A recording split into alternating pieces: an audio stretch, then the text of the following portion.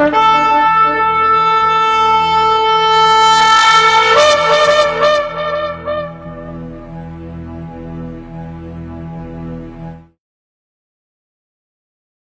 atah Yahweh Eloheinu melech haolam, asher bahar banu mikolamim, benatan lanu et torato, Baruch atah Yahweh noten a Torah, beshen Yeshua a Mashiach.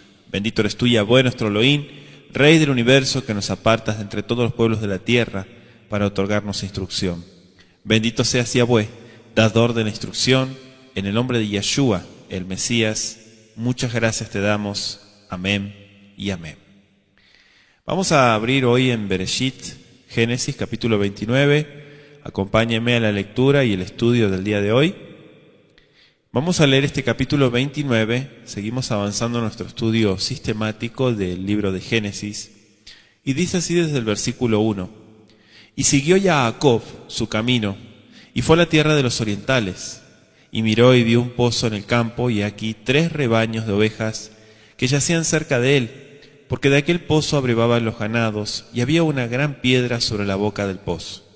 Y se juntaban allí todos los rebaños, y revolvían la piedra de sobre la boca del pozo, y abrevaban las ovejas, y volvían la piedra sobre la boca del pozo a su lugar. Y les dijo Jacob: hermanos míos, ¿de dónde sois?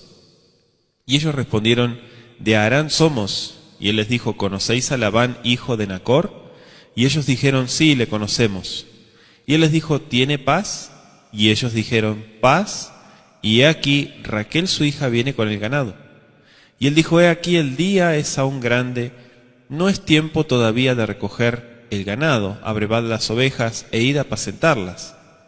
Y ellos respondieron: no podemos, hasta que se junten todos los ganados y remuevan la piedra de sobre la boca del pozo, para que abrevemos las ovejas. Y mientras él aún hablaba con ellos, Raquel vino con el ganado de su padre, porque ella era la pastora.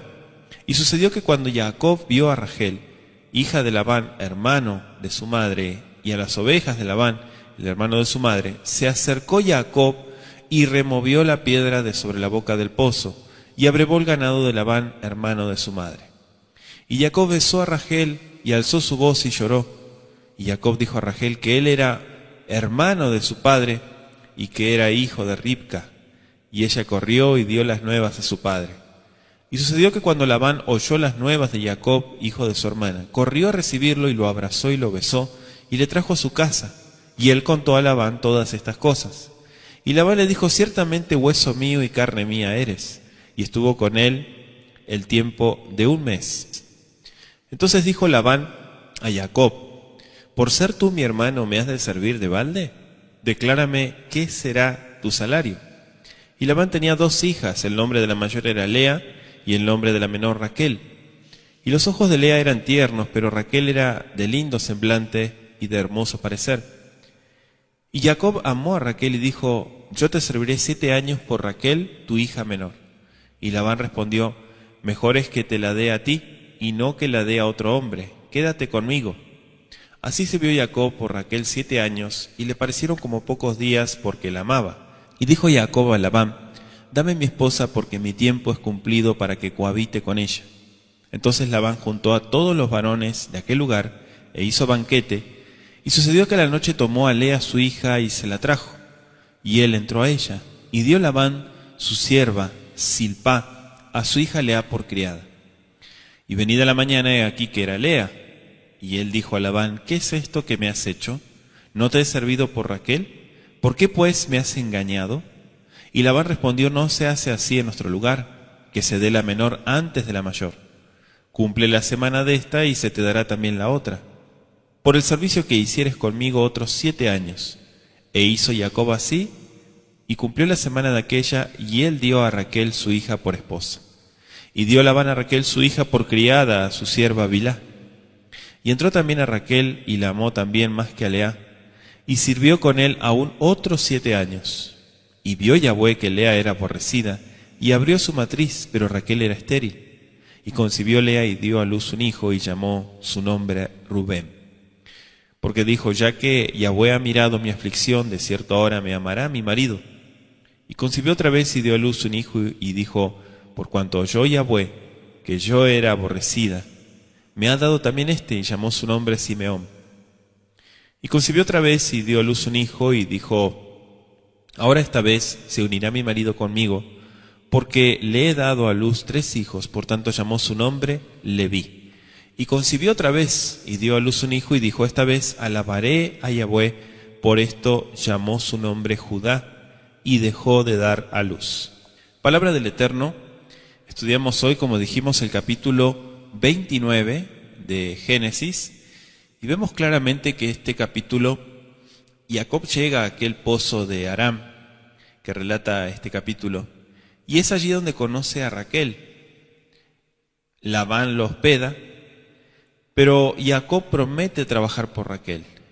Es decir, que a pesar de la cercanía, él quiere trabajar. Como podemos ver también, desde el verso 23, él es engañado y recibe a Lea.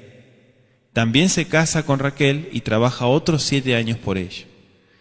Vemos los nacimientos en este capítulo 29 de Rubén, Simeón, Leví y Judá. Inicia nuestro versículo 1 diciendo, Vaisá Jacob Raglat, Vayele Hartzá Vene Kedem.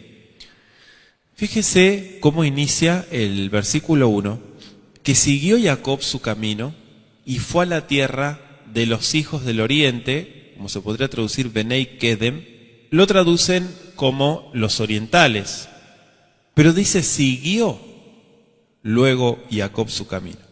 Literalmente el texto hebreo dice, levantó Jacob los pies y se fue. ¿Sí? Vaisá Raglat levantó sus pies, baila, y se fue. Esto implica alegría y refleja también el estado mental en que lo había dejado lo sucedido en la noche precedente. Fortalecido así en espíritu, Jacob prosiguió su viaje a la tierra de los orientales o de los hijos de Oriente. En este caso se está refiriendo a la alta Mesopotamia, es decir, al este del río Éufrates, y el término también incluye la parte superior del desierto de Arabia. En la Biblia, Benei Kedem, los orientales, son los moradores de la Mesopotamia o del desierto de su proximidad inmediata.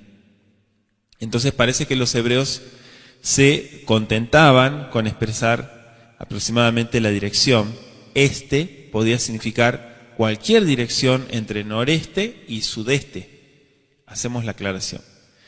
Allí encuentra, dice nuestro verso 2, miró y vio un pozo en el campo. Si quiere subrayar, donde dice pozo, ¿sí? En el texto hebreo lo podemos encontrar como Ve'er, ¿sí? Ve'er, Beiné, Ve'er, Basade, un pozo en el campo, Beiné, Sham, Shlosha, Edretzon, Rotzim, Alea, Kimina, Ber, otra vez, Aiv, Yashku, Adarim, Ve'aeven, Dolá, Alpi a Ber. ¿Sí? La boca del pozo quiere decir la parte de arriba del pozo. Vamos a explicar un poquito sobre el pozo de nuestro versículo 2.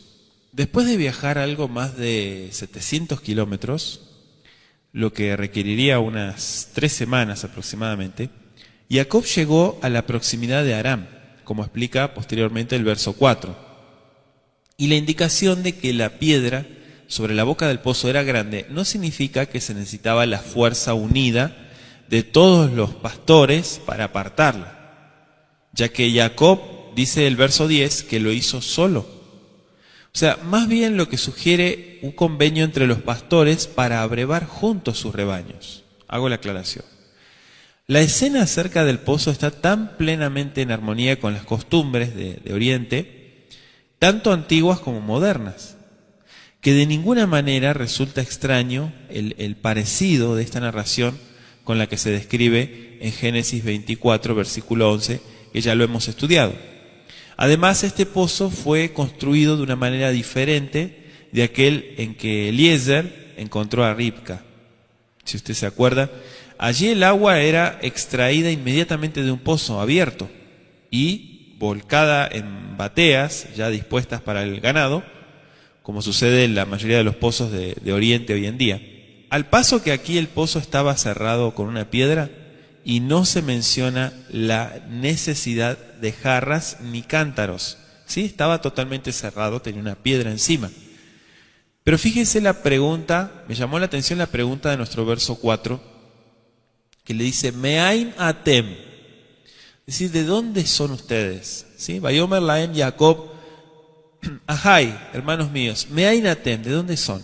Vayombru meharam anachnu, ¿sí? Somos de Haram, le dijeron estos hombres. Esta pregunta de Jacob implica que el pozo no estaba situado en la proximidad inmediata de Harán. Al saber que eran de Harán, inmediatamente preguntó por Labán ben Nahor, ¿sí? El hijo de Nacor. En realidad Labán era el nieto de Nacor, pero sabemos que en la Biblia, cuando dice Ben, no necesariamente es el hijo directo, sino puede ser el nieto. Los pastores, cuyas respuestas habían sido hasta aquí breves, puesto que Jacob era un extraño para ellos, hablaron de la inminente llegada de Raquel.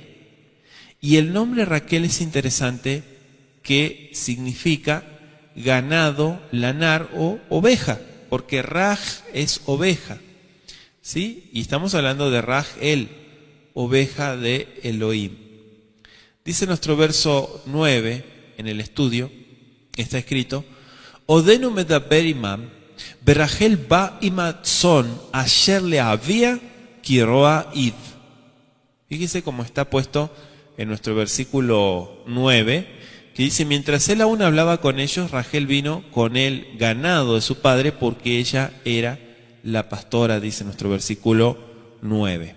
Vamos a explicar un poquito a qué se refiere. Primero dice que Rachel vino. Indudablemente no era la costumbre que las jóvenes quedaran en casa hasta que se aproximara el tiempo de su casamiento. Tampoco ofendía la dignidad de las niñas, de las familias ricas, acarrear agua del pozo. Hago la aclaración, como lo había hecho Ribca, o cuidar ovejas, como lo hacía Raquel en este caso. El trabajo honrado, lejos de ser un descrédito, es un honor tanto para los encumbrados como para los humildes. Hago la aclaración. Cada hijo e hija debiera aprender que el trabajo no es humillante, sino que es un privilegio contribuir para cubrir las necesidades de la familia. ¿Sí? Este es el pensamiento bíblico en cuanto al trabajo. Vamos a adelantarnos al versículo 11. Dice, Jacob besó a Rachel. Fíjese. ¿Sí? Alzó su voz y lloró, dice más adelante. Pero alzó su voz y lloró, ¿por qué? Bueno, el hecho de que Raquel no se resintiera por la conducta de Jacob, como que él se hubiera tomado una libertad indebida, sugiere que ya él se había dado a conocer a ella. Y las primeras palabras de nuestro verso 12 también podrían traducirse, Jacob había dicho a Rachel. ¿Sí? Esta es la traducción que la construcción hebrea nos permite. Y fíjese que también el verso 12 dice hermano de su padre. Esto también podríamos subrayarlo, nos llama la atención, que así como Lot es llamado hermano de Abraham, aunque en realidad era su sobrino, ¿no? Puede buscarlo en Génesis 13:8 y Génesis 14:14. Así también Jacob se refirió a sí mismo como hermano de Labán. Indudablemente en casos donde la exactitud no era importante, la palabra hermano se empleaba para indicar un pariente cercano.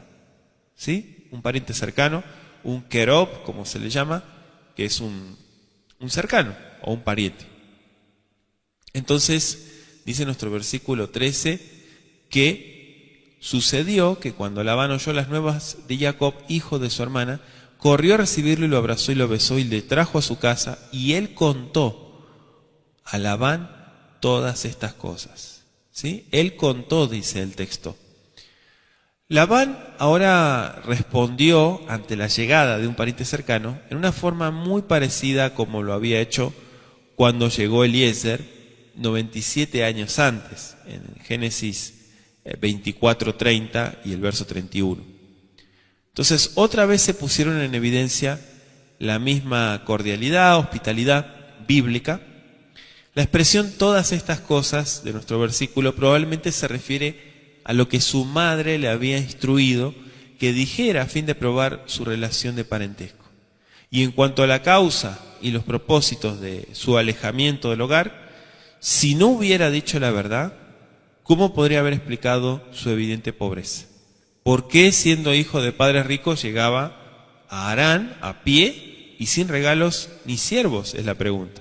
Pero qué distinta, mucho tiempo atrás, dirá usted, antes había sido la llegada del siervo de Abraham, Eliezer, ¿no? Dice nuestro versículo 15, entonces dijo Labán a Jacob, por ser tú mi hermano, ¿me has de servir de balde?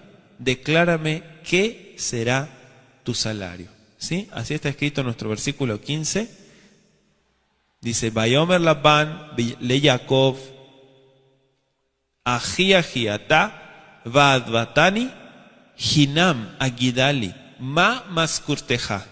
¿Cuál será tu paga o tu salario? Se podría traducir. Entonces, luego de haber estado Jacob por un mes como huésped en la casa de su tío, como dice el verso 14, tiempo durante el cual parece haber demostrado que era útil en el hogar, Labán reconoció en su sobrino un ayudante valioso.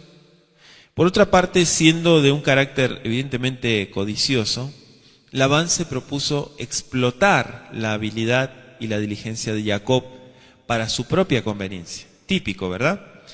Pero para que Jacob no discerniera sus motivos, Labán ocultó cuidadosamente su egoísmo bajo la apariencia de justicia y bondad, entre comillas, para evitar todo posible reclamo de parte de su sobrino. Propuso pagarle como lo hubiera hecho con un siervo ordinario. Y fíjese cómo es el engaño, ¿verdad? Dice nuestro versículo 17, y esto lo podríamos resaltar, que los ojos de Lea eran delicados. La palabra hebrea arak aquí se traduce como delicados. Generalmente se ha entendido que significa débiles o apagados. Bueno, hay otras versiones que emplean esta connotación y la han seguido la mayoría de los traductores. Pero la palabra arak también significa gentiles o suaves, incluso lisonjeros, lo cual querría decir que los ojos de ella tenían una apariencia precisamente opuesta a la que han pensado la mayoría de muchos comentaristas bíblicos. Sin embargo, el hecho de que Jacob no fuera atraído por Lea indicaría más un contraste entre las dos hermanas que el implicado por esta última sugestión, ¿no? Quizá los ojos de Lea y su personalidad carecían de la vivacidad, la radiante cordialidad que admiran los Benei Kedem, es decir, los orientales. ¿Cuántos años fueron? 7 años por Raquel, nos explica nuestro versículo 18. Fíjese usted que Jacob, profundamente enamorado de Rachel, inmediatamente estuvo dispuesto a entrar en tratos con su tío. La propuesta de Jacob se basaba parcialmente en el hecho de que no estaba en una posición como para pagar la dote usual, y también en su conocimiento de que la situación en su casa iba a ser necesaria una estadía prolongada con Labán. El consentimiento de Labán tan solo puede explicarse teniendo en cuenta su codicia, que se hizo más y más evidente a medida que fue pasando el tiempo. Y nos explica nuestro versículo 20 en el estudio. Vayavod Yaakov Rachel sheba shanim vayu venav keyamina hadim ve'avato ota. Fíjese que la amó en gran manera, dice. Le fueron como pocos días, se explica el texto hebreo, como que realmente no sintió esos 7 años. Y Jacob la amaba en gran manera. Mostró su amor por Rachel no solo por su buena disposición para servir 7 años por ella, sino aún más por el espíritu con el que trabajó para su tío avariento. Aunque fueron muchos los días que debieron pasar antes de que Rachel fuera su esposa, le resultaron felices por su amor a ella. Y las palabras que usa el escritor, en este caso Moisés, Moshe, para expresar el profundo amor de Jacob, respiran un afecto puro y una dedicación muy tierna. Pero llegado al versículo 21, dice, Jacob dijo a Labán, dame mi esposa porque mi tiempo es cumplido para que cohabite con ella.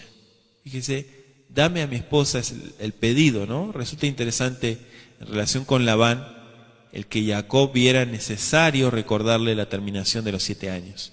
Se preparó una gran fiesta de casamiento que probablemente duró toda una semana, por lo que podemos deducir del versículo 27, de acuerdo con la costumbre de Oriente. La forma en que Labán engañó a Jacob posiblemente se debió a la costumbre de velar a la novia y llevarla ante el novio a la noche. Aunque generalmente las niñas poco tenían que ver con la elección de sus esposos, se necesitaba el consentimiento de Lea para que tuviera éxito esta vil propuesta.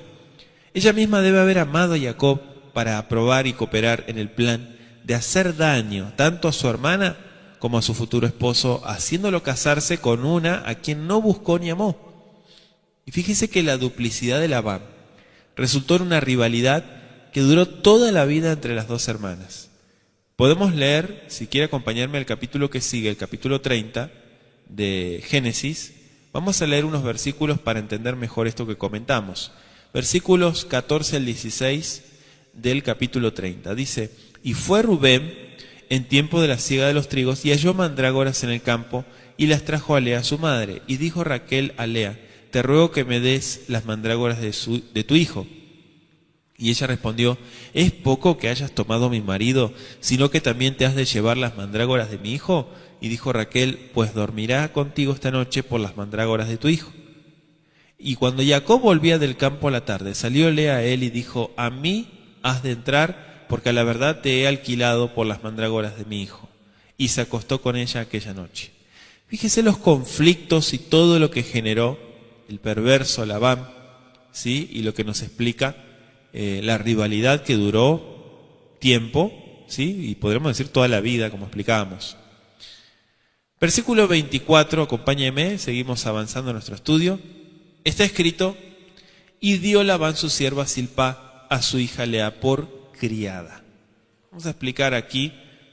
Labán siguió una costumbre oriental, como se explica en Génesis 24:59, cuando dio su sierva Zilpá a su hija como su servidora personal.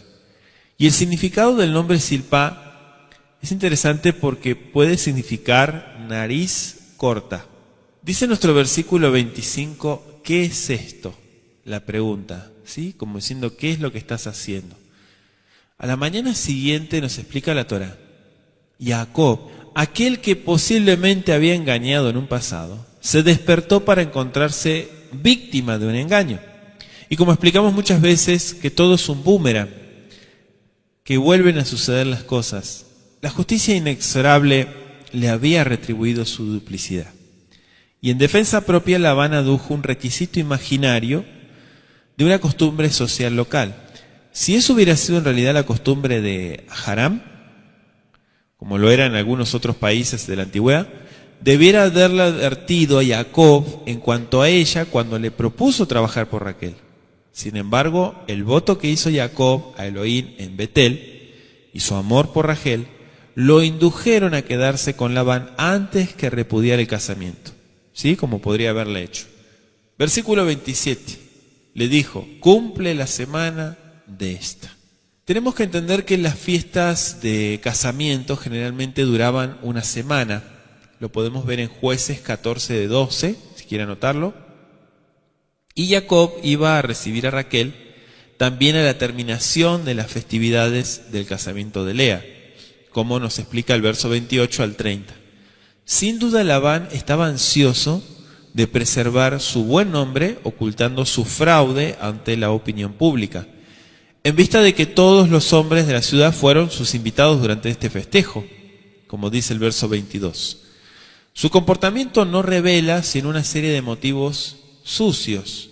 Aunque daba poco valor a los afectos y a la felicidad de su hija, tenía un gran aprecio por las cualidades de Jacob como pastor.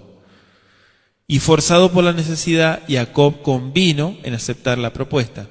Así es que Labán recibió 14 años de servicio en vez de 7, y al mismo tiempo se liberó de la carga de sostener a Lea, que de otra manera podría haber sido difícil de casar. Fíjense cómo es la artimaña y la astucia, ¿no? El verso 28 nos explica que finalmente le dio a Raquel. Es claro que Jacob no sirvió otros 7 años antes de que Raquel llegara a ser su esposa. O sea, este último ocurrió cuando terminó la semana de festejos de Lea. Quiero hacer la aclaración que el acto de bigamia de Jacob no debe juzgarse por una disposición posterior de lo que la Torá nos explica, que obviamente prohíbe a un hombre estar casado con 2 hermanas al mismo tiempo. Eso está en Vaikra 18:18. Por otra parte, el doble casamiento de Jacob no se puede justificar arguyendo que la bendición de lo eterno finalmente lo convirtió en el medio de multiplicar su propia simiente y cumplir así su promesa. Sencillamente el Eterno encauzó hacia un buen desenlace los errores de los hombres, ya que ni aun ellos pudieron torcer el propósito de Elohim. Y es interesante que el Salmo 76, versículo 10, dice: ciertamente la ira del hombre te alabará, tú reprimirás el resto de las iras. Qué interesante, ¿verdad? Entonces la bigamia que se había ocasionado por el engaño de Labán y el afecto de Jacob produjo fricción y pesar en los hogares de ambos hombres. En esa escuela de aflicción, Jacob aprendió que el camino de los transgresores es duro, como lo dijo Jajam Shlomo en Proverbios 13:15. Los celos y el pesar presentes en ese casamiento son un comentario a la orden específica de Moshe en contra de que un hombre a un tiempo se casara con 2 hermanas, como lo explica Moshe en Levítico 18:18. Nuestro versículo 29 está escrito: Vaiten Labán le Rachel bito et vilá shivjato la le shivja. Aquí vemos que aparece vilá. Como en el caso de Lea, se dio también una sierva a Raquel. Y el significado de su nombre puede haber sido terror, pero no sabemos muy bien, ya que son palabras muy antiguas y muchas de ellas tienen conexión con otras lenguas de Oriente Medio. Entonces dice nuestro versículo 30 que la amó, ¿sí? Así está escrito, 29:30 de Génesis. Entró también a Raquel y la amó también más que a Lea y sirvió con él aún otros 7 años. O sea, Lea, participando del cruel fraude de Labán, no consiguió ganar el afecto de su esposo. El resultado fue un hogar donde prevalecieron la envidia, los celos, la contención, problemas, discusiones. Durante años Jacob había trabajado y esperado pacientemente el día cuando pudiera tener un hogar feliz con su amada Raquel, tan solo para encontrarse abrumado con 2 esposas que estaban discutiendo constantemente, como explica el capítulo 30. Cuán diferente habían sido los primeros años de la vida matrimonial de su padre Yitzhak, ¿verdad? Sobre cuyo hogar no descansó la sombra de la poligamia con sus funestas consecuencias. El triste caso de Jacob muestra la sabiduría de Abraham al prohibir el regreso de Yitzhak a Mesopotamia. Eso lo habíamos estudiado en Génesis 24, versículo 6. Lea era menospreciada, nos explica nuestro verso 31. Fíjese qué interesante, si unimos los versos 20, 30, 31 y 34, se aclara el significado de la palabra aquí traducida como menospreciada. Tan solo significa un grado de amor menos intenso. El registro de las relaciones de Jacob con Lea demuestra que él no la menospreció en el sentido que la palabra generalmente tiene para nosotros hoy en día. Sencillamente sintió y demostró menos afecto por ella que por su hermana. Eso es lo que nos explica la Torá. Incluso Yahshua, cuando habla de aborrecer. La declaración amé a Jacob y a Esaú aborrecí en Malaquías 1, 2 y 3, incluso Romanos 9, 13, tiene que entenderse en la misma forma. El Eterno sintió y manifestó un grado mayor de afecto por Jacob y su posteridad que por Esaú y sus descendientes. Es decir, que Elohim eligió a uno para ser su vínculo especial de bendición para el mundo, con preferencia respecto al otro, no sobre una base arbitraria, sino teniendo en cuenta el carácter. Hacemos la aclaración. Vamos a ir a Deuteronomio 7, versículos 6 al 8. Acompáñeme, por favor. Dice, porque tú eres pueblo santo a Yahweh tu Elohim, y Yahweh tu Elohim te ha escogido para hacerle un pueblo especial, más que todos los pueblos que están sobre la faz de la tierra. No por ser vosotros más que todos los pueblos, os ha querido Yahweh y os ha escogido, porque vosotros eres el más pequeño de todos los pueblos. Mas porque Yahweh os amó y quiso guardar el juramento que juró a vuestros padres, os ha sacado Yahweh con mano fuerte y os ha rescatado de la casa de servidumbre de la mano de Faraón, rey de Egipto. ¿Sí? Aquí queremos compartir esta porción de Deuteronomio 7 para entender este concepto de menosprecio y la distinción que se hace. Fíjese que dice también nuestro verso 31 que le dio hijos. Es decir, así como Yahweh había visitado a Sara, allí por el Génesis 21:1, y había oído las súplicas de Ribca en Génesis 25:21, ahora se interpuso en favor de Lea, bendiciendo a Lea con hijos, ¿sí?, al par que Raquel quedaba estéril por un tiempo. El Eterno, podremos decir que procuró fomentar en el corazón de Jacob más amor por Lea, y así se estableció una cierta igualdad, ya que mientras Jacob amaba a Raquel, por lo que ella le significaba personalmente, estaba inducido a apreciar a Lea también.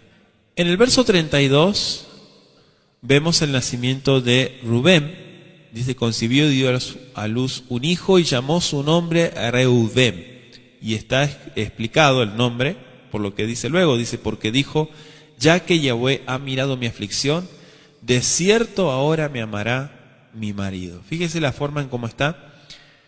Cada uno de los hijos de Jacob recibió un nombre que expresa los pensamientos y emociones de su madre en el momento de su nacimiento. Esto está muy interesante. En una forma u otra, todos estos nombres reflejan la rivalidad de estas dos hermanas. Cada nombre está relacionado en su sonido con ciertas palabras claves en la declaración que entonces hizo la madre. Así que la primera sílaba de Rubén, que significa ved o miren, reú, ven, que procede de ra, ver, usada en la observación que hizo ella. Ha mirado Yahweh mi aflicción. Fíjese, para Lea su primer hijo fue la evidencia de la compasión de Yahweh, y bien podía esperar ella que ese hijo fuera el medio por el cual pudiera ganar el afecto de Jacob. En la primera manifestación de gozo maternal, ella tuvo la confianza de que de alguna manera podría conquistar el corazón de Jacob. El verso 33 aparece Shimeón.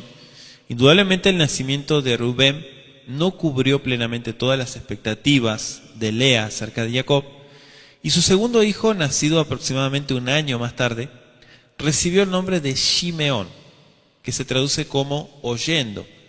Quizá al fin el Eterno había oído cuando ella había sido pospuesta y menospreciada. Y el verso 34 aparece Leví. ¿Sí? Leví. El tercero de los hijos de Lea, nacidos en rápida sucesión, fue llamado Leví, que significa unión, viene de Lev, ¿sí? Lev es corazón, con la esperanza de que esta vez su esposo en realidad se uniera con ella. En un harén oriental, la madre del hijo varón destinado a convertirse en heredero es la esposa más honrada. Lea no podía entender por qué Jacob no transfería su afecto de Raquel, su hermana estéril, a ella. Y aparece el verso 35 con el nacimiento de Judá.